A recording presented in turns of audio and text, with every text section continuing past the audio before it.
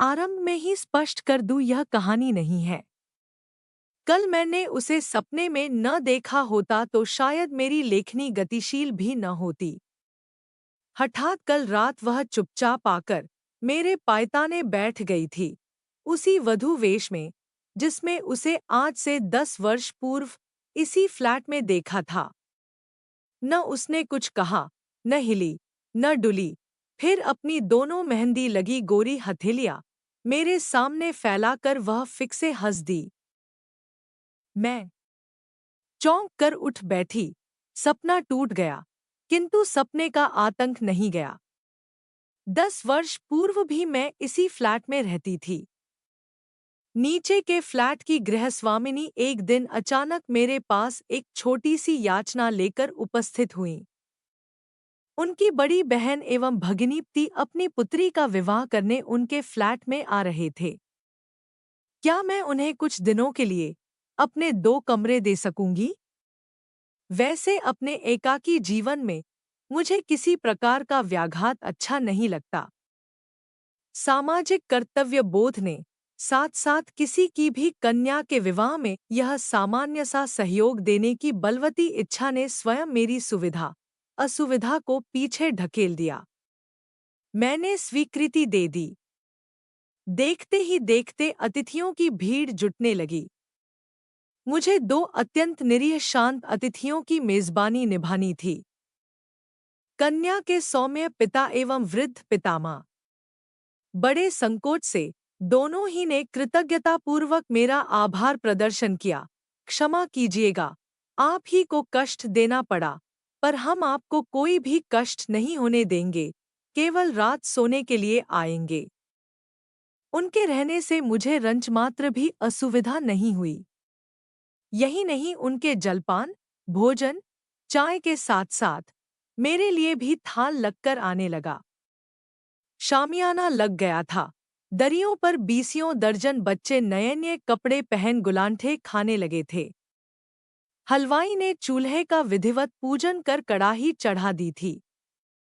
मैली बनियान को छाती पर चढ़ा उन्नत उदर खुजाता हृष्टपुष्ट हलवाई बमगोले से बूंदी के लड्डू और ढाल सी मठरिया बनाता बड़े से टोकरे में रख रहा था कि सहसा शोर मचा। अशर्फी देवी जल गई। मैंने भागकर बरामदे से झांका कि देखूं कौन जल गया। हलवाई बड़बड़ा रहा था, सब हरामखोर हैं। अब देखिए भाई साहब, 2 मिनट के लिए इन्हें कड़ाही सौंपकर सुरती खैनी खाने गया कि जलाकर राख कर दी। फिर उसने एक जली स्याह मठरी को निकालकर पास खड़े कारीगर को डांटा, अब खड़ा मुंह क्या ताक रहा है? जरा सी राख ला तो कोयलों पर डाल, आंच मंदी करूं। कौन? अशर्फी देवी जली। कृष्णा। मैं अपना कौतूहल रोक नहीं पाई और मैंने गृहस्वामिनी से पूछ लिया। अरे मट्ठी जल गई, उसने हंसकर कहा। हमारे यहाँ लड़की की ससुराल को ऐसे 125 लड्डू और 51 मट्ठियाँ भेजी जाती हैं। हर मट्ठी पर घर की बड़ी बूढ़ियों का नाम लिखा जाता है। अशर्फी देवी बिट्टी की होने वाली ददिया सास हैं। उन्हीं की नाम लिखी मट्ठी जल गई। मुझे हंसी आ गई। अपने पीछे खड़े कन्या के पिता को मैं देख नहीं पाई थी। अब देखिए ना, वे खिसियाए स्वर में बोले, कैसे बेकार के रिवाज हैं, पर एक हम हैं कि इन्हें मनाए जा रहे हैं, पर मजबूरी है, न करें तो सोचेंगे हम पैसा बचा रहे हैं। कन्या के पितामह सारा दिन ही सड़क पर टहलते रहते। मैंने एक दिन देखा, इधर-इधर देखकर उन्होंने एक ठेले वाले को रोककर 4 केले खरीदे और जल्दी-जल्दी खा गए। घर का आंगन तो मिष्टान्न पकवानों की सुगंध से सुवासित हो रहा था। फिर ये बेचारे भूखे कैसे रह गए? कन्या के पिता को नीचे जाने में जरा भी विलंब होता तो नीचे से कर्कश स्वर में कन्या की मां अधैर्य से पुकारने लगती। सोते ही रहोगे क्या? अमीनाबाद से रजाई का बक्सा कौन लाएगा? मेरा बाप। मैं स्तब्ध रह गई थी। यह जानकर भी कि पति एक सर्वथा अपरिचित गृह का अतिथि है और मेजबान भी बरामदे में खड़ी है, ऐसी औद्धत्यपूर्ण अशालीन भाषा का प्रयोग असल में अचानक ही विवाह तिथि निश्चित हुई। उस पर वर पक्ष का आग्रह था कि हम लखनऊ आकर ही विवाह करें। इसी से बेचारी कुछ घबरा गई है। उस पर हाई ब्लड प्रेशर है, आप अन्यथा न लें। कन्या के पिता ने पत्नी की अशिष्टता की कैफियत दी तो मैंने हंसकर कहा, कन्या के विवाह में किस माँ का पारा नहीं चढ़ता? कौन पत्नी पति पर नहीं बरसती? मैंने भी 3-3 कन्यादान किए हैं। आश्वस्त होकर वे चले गए, किंतु जिस दिशा को जाते, बेचारे पत्नी के शब्दभेदी वाणों से निरंतर शर्विद्ध होते रहते। हद है, 100 बार कह चुकी हूँ कि बैंक से रेजगारी लानी है, नए नोट लाने हैं। अरे आखिर कब नोट आएंगे और कब उनकी माला बनेगी? पर कोई सुने तब ना। न अभी तक हलवाई को बयाना दिया गया है, न सकोरे पत्तलों का इंतजाम हुआ है। आखिर आप कर क्या रहे थे अब तक? जितना ही कर्कश स्वर पत्नी का था, उतना ही कोमल स्वर पति का था। गुनगुनाकर न जाने क्या कहते कि उत्तर सुन नहीं पाती। रवींद्रनाथ ने नारी के 2 रूपों का वैशिष्ट्य बताया है, जन्नी या प्रिया। मेरी धारणा है कि पुरुष के भी 2 ही रूप हैं, स्वामी या सेवक। बेचारे मेरे अतिथि दूसरी श्रेणी में आते थे, लगता था उनका अपना कोई अस्तित्व ही नहीं है। उस दबंग स्वर की गरियसी स्वामिनी को देखने का कौतूहल ही मुझे वहां खींच ले गया। उनके दीर्घांगी मेदबहुल शरीर को देखकर मुझे लगा कि उस व्यक्तित्व में वह रोबीला कंठस्वर एकदम ठीक ही बिठाया है विधाता ने। आपने बड़ी कृपा की। कन्या की माँ ने बड़े आदर से मुझे बिठाया।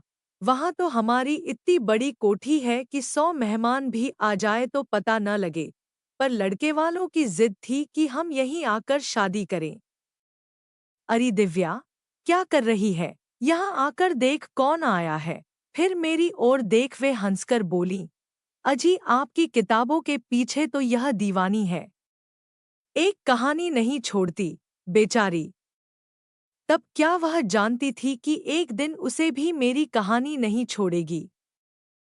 एक गोरी दुबली पतली किशोरी लज्जावंता मेरे सामने खड़ी थी।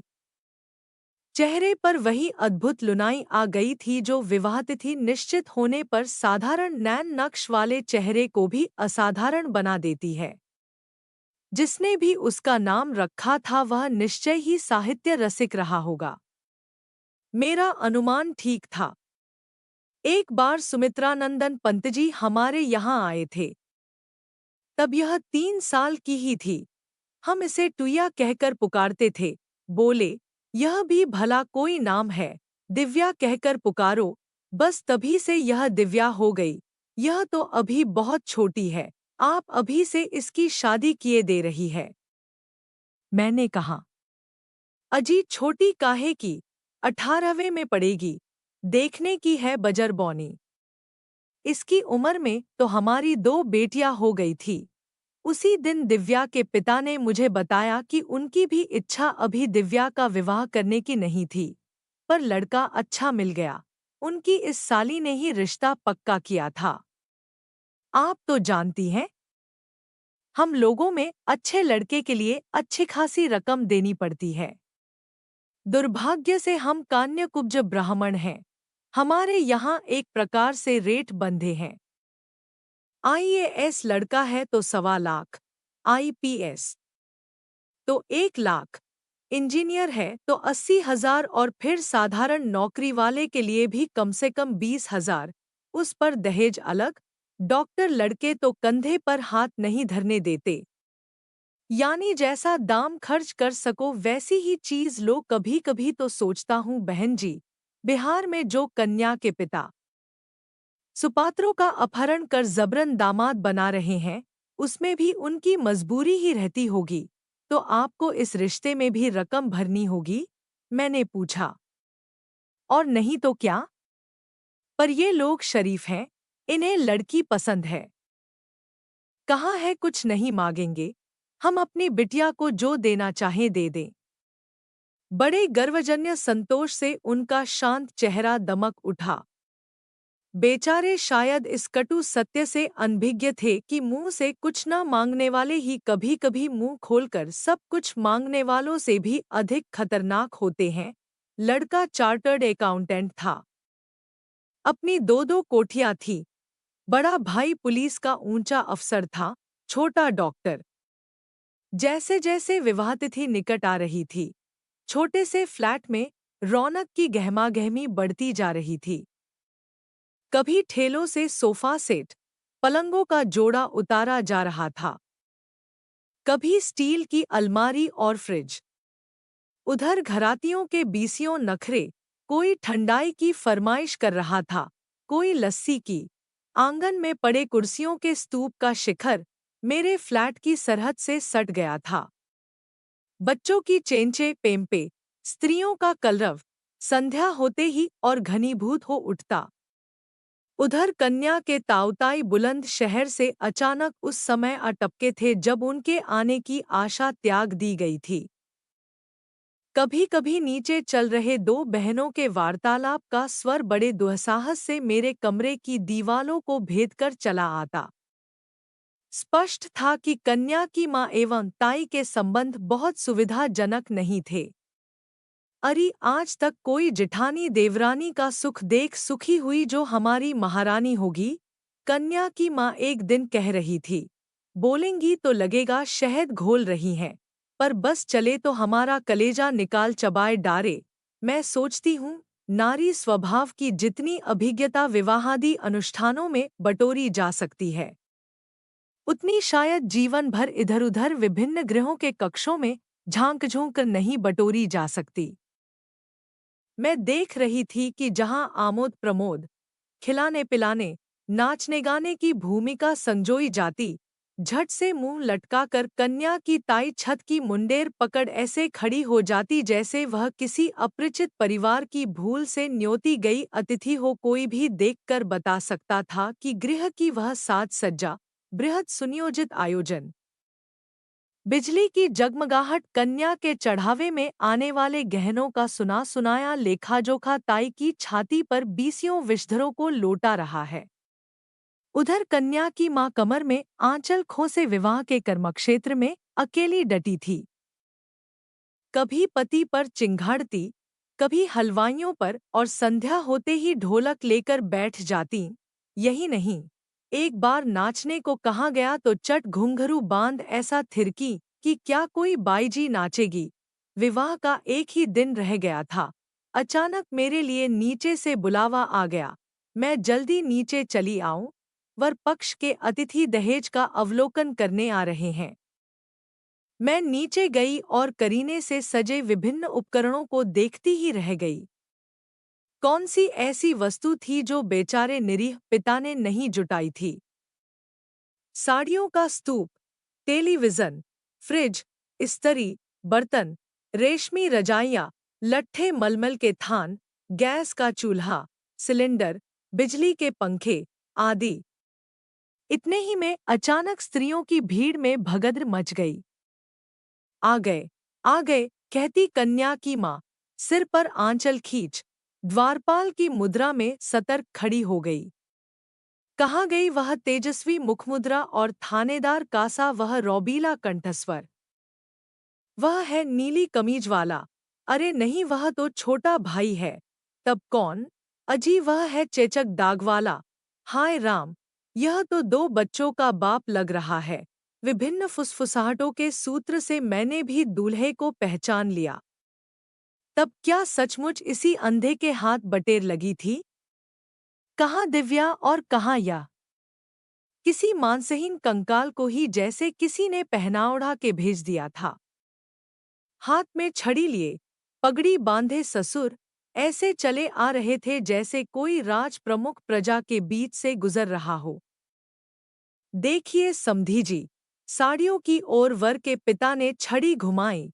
हमारे घर की रुचि जरा सोफियानी है, वे ये सब तड़क भड़क बनारसी कभी नहीं पहनेंगी। ये सब हटाकर कांजीवरम और चंदेरी गढ़वाल रखवा दें। यही फरमाइश मेरी लड़कियों ने भी की है। छड़ी से उन्होंने साड़ियों को ऐसे उथल पुथल दिया जैसे कोई स्वास्थ्य निरीक्षक। सड़क की पटरी पर सड़ी गली सब्जी या खुले कटे तरबूज का ठेला उलट देता है। मुझे बहुत बुरा लगा। यह भी कोई तरीका है? कन्या पक्ष के इतने अतिथियों के सामने कन्या के पिता का ऐसा अपमान। अलग ले जाकर भी तो कह सकते थे। कन्या के पिता अंत तक हाथ जोड़े, ऐसी व्यर्थ कृतज्ञ मुस्कानें बिखेरते रहे जैसे कह रहे हों, आपकी जूती मेरा सिर। चलते चलते सहसा वर के पिता मुड़े, हमने तो आपसे कह ही दिया है, हम कुछ नहीं लेंगे। द्वाराचार में हमारा और हमारे अतिथियों का स्वागत ठीक ठाक रहे, बस इसी का ध्यान रखिएगा। बस इसी आदेश के गूढ़ार्थ को बेचारा कन्या का पिता ग्रहण नहीं कर पाया। स्वागत तो अच्छा ही किया, अतिथियों के कंठ में अजगर से फूलों के हार भी पड़े, गुलाबजल का छिड़काव भी हुआ। वर के लिए कहीं से मर्सिडीज भी मांगकर फूलों से भरपूर सजाई गई। आमिष, निरामिष व्यंजन, विदेशी सुरा के क्रेट, क्या नहीं किया बेचारे ने। लड़की विदा होने लगी तो माँ और मौसी को रोते रोते गश आ गया। पर पिता हाथ बांधे समधी के सामने ऐसे खड़े हो गए जैसे दीनहीन चौबदार हों। एक ही रात में उनका दमकता चेहरा स्याह पड़ गया था। आप लोगों के स्वागत में कोई त्रुटि हुई तो क्षमा करें, उन्होंने धीमे स्वर में कहा। समधी की आंखों से अभी तक रात की खुमारी नहीं उतरी थी। काले चेहरे पर आरक्त आंखें इंजन के अग्निस्तूप सी चमक रही थी। एक ही आनन को दशानन की अहंकारी मुद्रा में हिलाते हुए बोले, क्या त्रुटि रह गई है? यह भला हम अपने मुंह से क्या कहें, हम तो आपके मेहमान हैं। पर हाँ, यह जो 500 आपने द्वाराचार में रखे हैं, यह लीजिए, इन्हें आप हमारी ओर से नाई, धोबी, महरी और सालियों को बांट दें। अपमान से कन्या के पिता का चेहरा स्याह पड़ गया। मैं वहीं खड़ी थी। एक क्षण को उस निरीह व्यक्ति का अपमान स्वयं मेरा अपमान बन गया। जी में आया, नोटों की गड्डी, जिसे वर के पिता बरबस उनके हाथों में ठूस रहे थे, छीनकर उन्हीं के मुंह पर दे मारूं। पर मुझे किसी के व्यक्तिगत कर्मक्षेत्र में कूदने का अधिकार ही क्या था? रात को वे नित्य की भांति चुपचाप अपने कमरे का ताला खोल रहे थे कि मैं टेलीफोन की घंटी सुनने आई। उन्होंने निरीह दृष्टि से मुझे देखा और सिर झुका दिया जैसे दोपहर की उस भद्दी घटना का समग्र उत्तरदायित्व उन्हीं का हो। चलिए, सब कुछ निर्विघ्न संपन्न हो गया, आपको बधाई भी नहीं दे पाई। वे एक पल को चुप खड़े रहे, फिर रुंधे गले से बोले, आप तो सब सुन ही रही थी। कैसे विचित्र लोग हैं। पहले स्वयं कहा कि कुछ नहीं लेंगे, केवल कन्या के हाथ पीले कर उन्हें सौंप दें। अब चलते चलते पैंतरा बदल लिया। मुंह खोलकर कहते तो हम उनकी वह मांग भी पूरी कर देते। अब दिव्या की चिंता लगी रहेगी, बहुत भोली है। आज पिताजी ने वह सब नाटक देखा तो नाराज होकर कानपुर लौट गए। बोले, कसाई को गाय थमाना हमने नहीं सीखा, तुम और बहू ही यह लेन देन निभाते रहो। हम चले, आप चिंता न करें, सब ठीक हो जाएगा। ऐसी सुंदर लड़की है आपकी, गुण रूप देखकर अपनी सब मांगे भूल जाएंगे। अब कभी कभी सोचती हूँ, नारी होकर भी मैं उन्हें एक नारी के प्रति हो रहे अन्याय का विरोध करने को क्यों नहीं उकसा पाई? क्यों नहीं कह सकी कि जो सगाई में ही ऐसे नीच लोलुप स्वभाव का परिचय दे गया, उसे क्यों अपनी कन्या सौंप रहे हैं आप? अभी क्या बिगड़ा है? तोड़ दीजिए यह सगाई। विवाह हुआ था और बड़ी धूम से हुआ था। इसी से थकान उतारने में भी कन्या पक्ष को 3-4 दिन लगे। फिर अचानक एक दिन कन्या के पिता मुझसे विदा लेने आए। उसी दिन साली के यहाँ से डेरा डंडा उखाड़ वह प्रवासी परिवार चला गया। मैं उन्हें पहुंचाने बाहर तक जाकर लौट रही थी कि देखा, उनकी दीवार पर 2 दुबली-पतली हल्दी सनी हथेलियों की छाप बनी है। हमारे यहाँ ससुराल जाने से पहले लड़की यही छाप मायके की दीवार पर लगा जाती है। दिव्या की मौसी ने कहा, मन न जाने कैसा हो गया। क्या पुत्री का यह स्मृति चिन्ह सदा रह पाएगा? धीरे धीरे प्रत्येक वर्ष की पुताई के साथ वह छाप धुंधली पड़ती पड़ती रेखा मात्र रह गई थी। दिव्या के मौसा की बदली हुई, वहां दूसरा परिवार आ गया। उन्होंने दीवार पर डिस्टेम्पर करवाया और पूरे फ्लैट का नक्शा ही बदल दिया। एक दिन दिव्या की मौसी मिल गई। दिव्या कैसी है? मैंने पूछा। उस मासूम चेहरे को मैं भूल नहीं पाई थी। वह अब कहाँ है? एक लंबा सांस खींचकर उन्होंने कहा, क्या?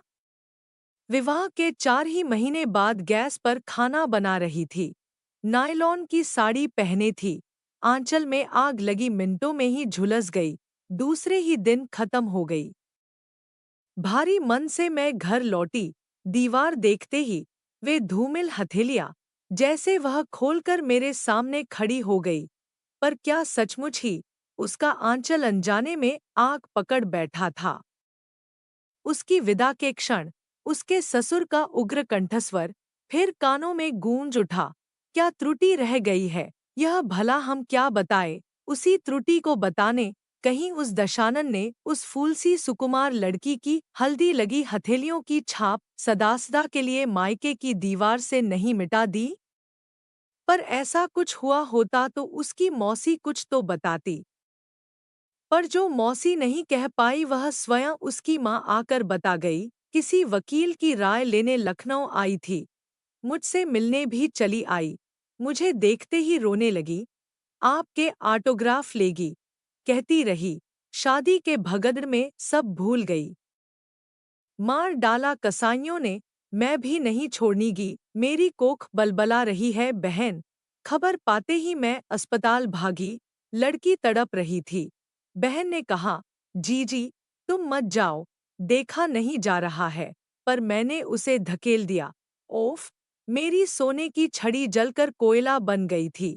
थोड़ा थोड़ा होश था। मैंने पूछा, बेटी कैसे हुआ यह? बोली, अम्मा हुआ नहीं, किया गया। बस आंखें पलट दीं। न वहां उस बयान का साक्षी था, न नर्स, न डॉक्टर। हाँ, एक साक्षी थी, स्वयं मेरी सगी बहन। वह मुकर गई। पर मेरी ही सगी बहन ने मेरा मुंह दाब दिया। क्या कह रही हो जीजी? दिव्या खाना बनाने में जली है। उसे किसी ने नहीं जलाया। तू झूठी है। तेरे पति भी पुलिस के अफसर हैं और दिव्या का जेठ भी। तुम्हारी बिरादरी हमेशा अपने पेशेवर को ही बचाती है। तूने ही यह रिश्ता इन कसाईयों से पक्का किया था। पर बहन, मेरी सगी बहन ही मुझसे नाराज होकर घर चली गई। तब से दर दर भटक रही हूँ। कहीं तो न्याय की भीख मिलेगी। हत्यारा अभी भी मूंछों पर ताव देता घूम रहा है। सुना है दूसरी जगह रिश्ते की बात चल रही है। मैं स्तब्ध थी। वह आंखें पोंछती उठ गईं। इसी से मैं आपके पास आई हूँ। कृष्णा के यहाँ नहीं गई। फोन किया तो बोली, जीजी तुमने पुलिस केस किया तो हम तुम्हारी मदद नहीं कर पाएंगे। जो हुआ उसे भूल जाओ। भूल जाऊं? 10 महीने जिसे गर्भ में रखा, पाला पोसा, जिस अनजान खूंटे से बांधा, वही गाय सी जो बंध गई, उसे भूल जाऊं? मैंने भी श्राप दिया है बहन। जैसे उस कसाई ने मेरी बेटी को जलाया है, वैसे ही वह भी तिल तिल कर जले। उनकी आंखों से जैसे आग की लपटें निकल रही थी। सच्चे हृदय से निकली बद्दुआ कभी व्यर्थ नहीं जाती। वर्षों पूर्व ऐसे ही श्राप को फलीभूत होते मैंने स्वयं देखा है। अल्मोड़ा के ही एक ऐसे सच्चे ब्राह्मण के श्राप ने क्या तत्कालीन जेलर को रात बीतते चुटकियों में निष्प्राण नहीं कर दिया था? कुमाऊं केसरी बद्री दत्त जी तब स्वतंत्रता संग्राम में जेल में बंदी थे। क्रूर जेलर के अमानुषिक अत्याचार से क्रुद्ध पांडे जी ने नहा धोकर हाथ में जल लेकर कहा था, अरे दुष्ट, ले मैं कुमाऊं का ब्राह्मण तुझे श्राप देता हूँ। जैसे तू हमें मार रहा है, भगवान तुझे मारे। और भोर होते ही दिल के दौरे ने उस हृष्टपुष्ट जेलर को जेल से ही नहीं, संसार से हटा दिया था। फिर तो जहां पांडे जी जल हाथ में लेते, सुना है कि बड़े से बड़े अफसर भी उनके चरण पकड़ लेते थे, किंतु अब कहाँ है वैसे सच्चे ब्राह्मण और कहाँ है वह ब्रह्मतेज। इतने वर्ष बीत गए, फिर दिव्या की माँ मुझे कभी नहीं मिली। पता नहीं उनके दग्ध हृदय से निकला वह श्राप फलीभूत हुआ या नहीं, किंतु मेरे फ्लैट की निचली दीवार से हल्दी लगी उन हथेलियों की छाप अब एकदम ही विलीन हो चुकी है।